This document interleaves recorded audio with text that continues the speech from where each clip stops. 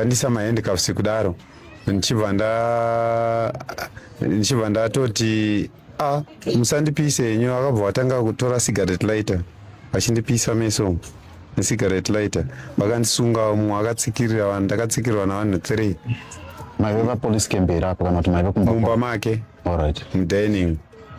Akanditocha. Uku kune 36 mavanga, uku kune 25 mavanga aya ecigarette lighter aya. Alright. Yes, aya.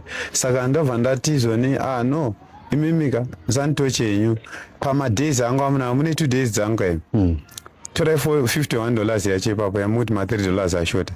Chitora ipapo mbva wati iwe saka iwe wagara uchitotora mari everyday. Atitaurirwe izvozvo newe.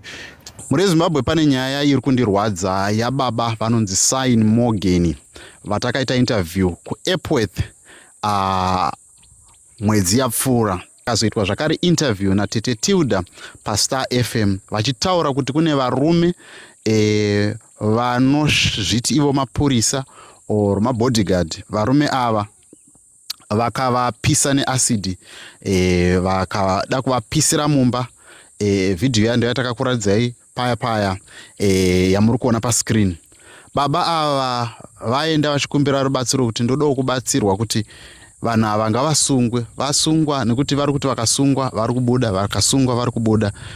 Regai ndikuudzei kuti tine nhau dzinosiririsa dzekuti varume ava vakasunungurwa zvakare. Vakanga vatongerwa 10 years mujere. Vatongerwa 10 years mujere, vanonzi vakazoapila judgment yachona vakasunungurwa. But handizivi kuti mutemo wacho unofamba sei, zvinofamba sei, asi ndo zvakaitika kuna baba ava. Regedzai ndipinde muhurukuro yandakaita navo vachitsanangura kuti zvakafamba sei uyezve ivo vari kunzwa sei. But tichiri ipapo ndoda kuti kune avo vane mabhazi or vanoziva makambani emabhazi, baba vaSign Morgan asi munhu ari kukumbira rubatsiro rwokuti apiwe mari. Munhu ari kukumbira rubatsiro rwokuti munhu anogona kudhiraivha ane class 1 akatoita retest yake. Saka chitambi chake anacho kana varipo, especially vane mashofe vari kudhiraivha mota dziri kubuda kunze, maybe munokwanisa kubatsira baba Sign Morgan kuti vawanewo basa rekudhiraivha kuitira kuti vakwanise kuriritira mhuri yavo, vabve pavanhu ava vari kuda kuvauraya. Nekuti kana vakatobuda, maybe vakatobuda vatori nehasha vachiziva kuti takapila sentence. Saka hakuna kana kuti vanogona kutuma vanhu vonokuvadza baba Sign Morgan. Nyaya yavari kungorwisirwa ndeyekuti vari kunzi vakashotesa mari yepavakanga vaenda kuguruve vaenda kuguruve nemota yavo. Handizivi kuti ndo zvazvinoitwa here varidzi vemakombi, kuti kana munhu achinge anzi ashotesa mari, ko iye akanga ataura vanhu kuti kana ndashotesa mari yenyu chindibatirai pamari yamamuchandibhadhara. But in the end havana kumubhadhara mari yake, vakanga vakuda kutomupisira mumba, vari kuti wakatisungisirei. Clearly these guys, they can do whatever they want. But let us listen to the conversation that I had with baba Sign Morgan vachitsanangura kutya kwavari kuita pamusoro penyaya yekuti varume ava vakavapisa neacid uyezve vakavapisira mumba vabuda. Alright. Ndandoda kubvunza, pane post yandaona yakapostwa naTete Tilda vachiti vanhu vaya vakapiwa 10 years but vakabuditswa. Hanzi izvoni vakaita apiwa. Handizivi kuti apiwa yacho inofamba sei. Ina handitomboziziva. Ndangonzwa vanzi vakapanze vanhu vakutondifona kuti ungwarire mafambiro ako, vakabuditswa nezuro. Apa izvezi koti kwacho nechako nyaya dzacho hadzisi kumbofamba. Ndane 8 weeks tichingoenda mukoti chinzi mapepa ako akabiwa.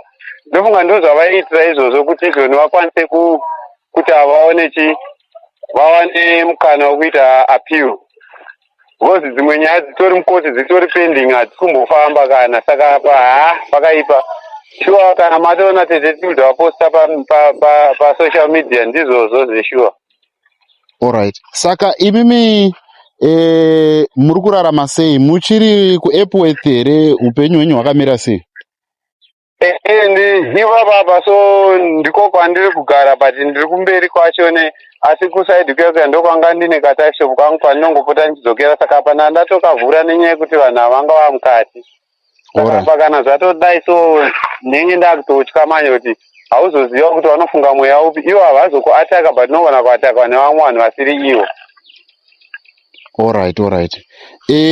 Ndaida kubvunza pamapepa enyu aya elicense ekudriva aya pane zvakazombomufamba here? Hapana here munhu akakukondaktai kuti akubatsirei kuti maybe mungadai mawana basa rekudriva masiyana nevarume ava?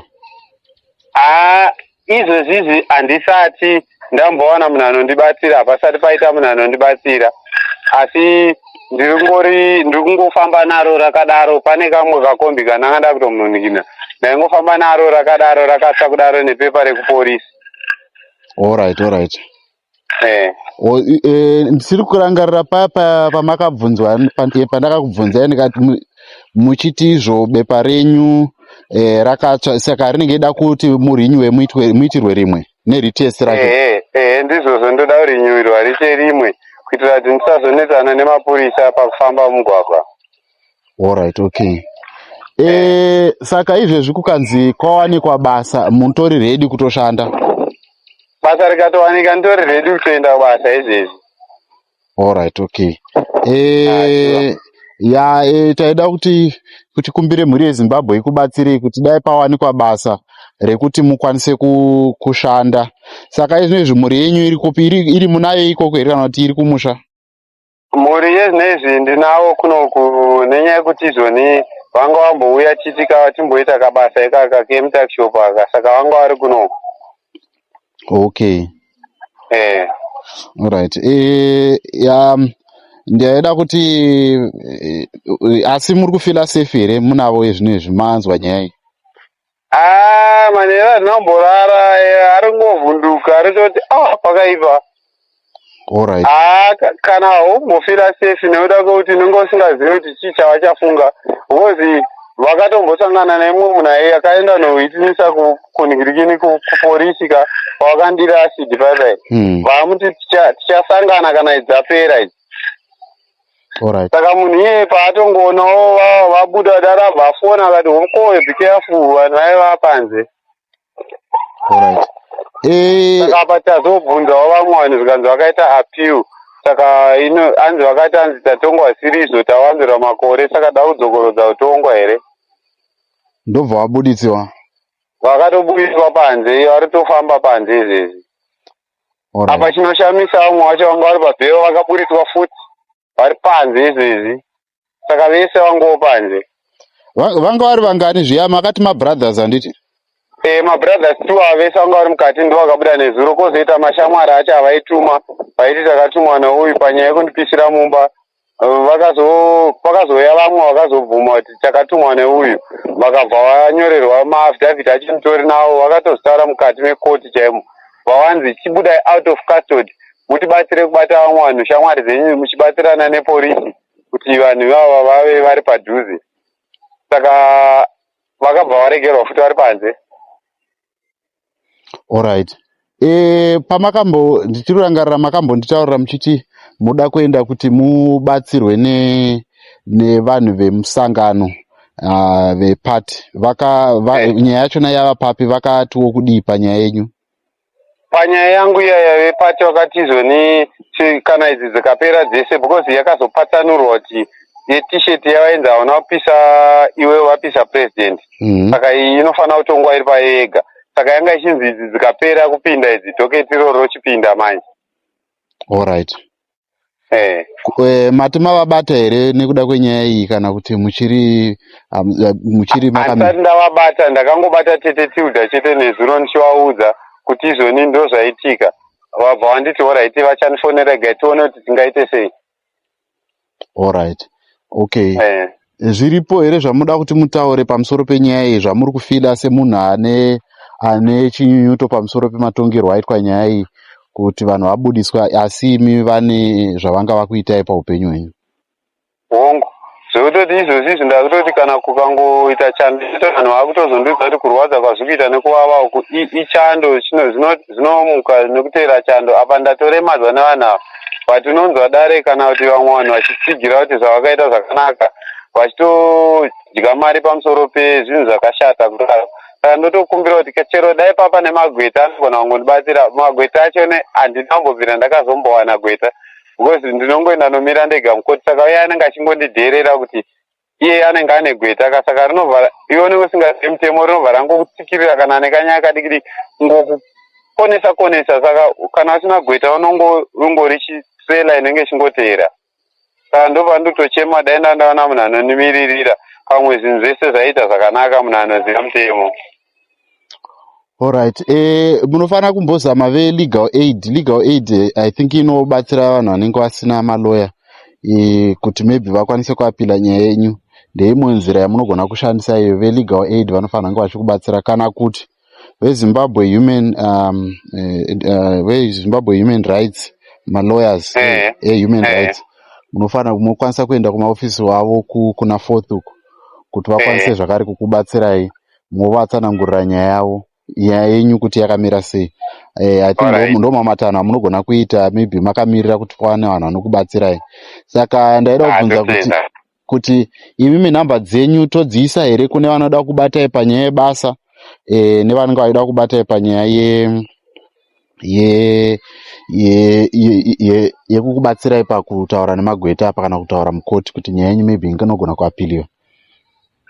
Chokwadi isai henyu ndihani mungatobatsira because pakaipa. Alright, okay. Thanks baba. Alright, tinotenda, thank you so much. Tangonzwa nyaya ndikabva ndataarikidzai ndikubatei ndinzwe kuti muri safe here, hapana here. Saka izvinezvi hapana here vanhu vambokufonerai vachikuvhundutsirai nekuda kwenyaya kana kuti kundivhundutsira vasati, asi kuti vanhu ndo varingonditi kana vachifamba zvakachenjera vari panze, varume vakauya nezuro, kana vachifamba zvakachenjera vari panze ndo mataurira vari kuita. Okay. Inini hangu nemaziso andandavaona, asi vanhu vazhinji vese ndatofona vana vanosvika kuma-15. Okay. Mubvunzo unenge uri wekuti hamukwanisi here kuchinja location yekuEpworth mogara kumwe kuitira kuti musateverwe nevarume maybe vamwe vanenge vari padhuze apa vanogona kukubatai? Chokwadi ndo nyaya itoripo iyoyo. Alright. Ndo urongwa utoripo, ndo zvatakutoronga. Alright. Thanks baba, maita basa. Alright, tinotenda. Ndoramba ndichikubatai kana pane zvine zvaitika. Ini pandogara maybe network inogona kundinetsa, munongosenda message ndozokufonerai back. Alright baba. Munongosenda message kana pane any development ndozokufonerai. Alright baba. Mazvita.